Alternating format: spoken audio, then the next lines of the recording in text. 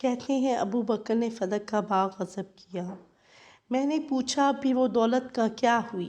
مال و متاع وہ باغ کی بہاریں کیا ہوئی؟ کیا فدق گھر کو لے گئی؟ ابو بکر خلیفہ ہوئے تو بازار کو چلے۔ عمر نے دیکھا تو سر ہو لیے کہ خلیفہ اور ایسی فرصت کب پائے؟ بازار میں تاجر بھی نہ کھڑا ہو، لیکن ابو بکر کے غیور ترین انسان، کیونکہ وہ خدمت کا وظیفہ لیتے، مصر رہے کہ اپنی کما کر کھاؤں گا، کیونکہ ضد وظیفہ خوار بنوں۔ لیکن جب عمر فاروق نے یہ کہا کہ جناب آپ بازار میں کھڑے ہو کے تو کیوں کر کسی اور کا سودا بکے گا؟ لوگ تو خلیفہ کی خوش نودی چاہیں گے، خلیفہ کا سامان ہی خریدیں گے، جناب حکمران تاجر نہیں ہوتے۔ سیدنا ابو بکر نے سنا تو ایک سوچ ان میں آ گئی، بات دل کو چھو گئی۔ دھیرے سے بولے، پھر ایک مزدور کی تنخواہ میرا وظیفہ ہوگا۔ ایک طرف سے شوق سی آواز آئی، سوچ لیجئے حضور، اگر اس میں گزارا نہ ہوا تو رساں سے لہجے میں بولیے، پھر مدینے کے مزدوروں کی تنخواہ میں اضافہ کر دیا جائے گا۔ میں نے کل سنا ہے، کہتے ہیں ابو بکر نے فدق کو غصب کر لیا۔ سوچا کہ مزدور خلیفہ تو پھر بھی مزدور ہی رہا، اور مزدور ہی دنیا سے رخصت ہوا، اور جب رخصت ہوا تو کہا نئے کپڑے تو زندوں کا حق ہے، مجھے انہی تن کے کپڑوں میں دفن کرنا۔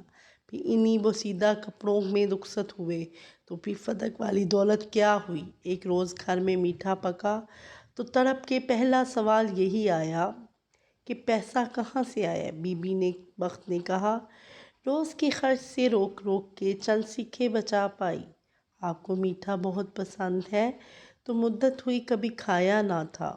ابو بکر نے رکابی پردے ہٹائی اور بیت المال کو چل دیے۔ بیت المال کے نگران سے پوچھا، میرا وظیفہ کتنا ہے؟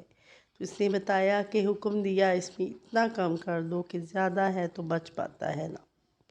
کوئی شوگر مل ہوئی نہ کوئی جاگیر ہوئی، حکمران تاجر نہیں ہوتے، اور نہ ہی اولاد کے حق میں تخت و تاج کی وصیت کی۔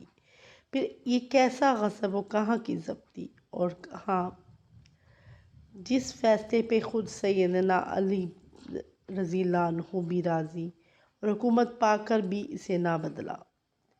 تو ایسے کیسے ہو سکتا ہے کہ میرے ابو بکر صدیق رضی اللہ عنہ کسی کا حق غصب کر سکتے ہیں؟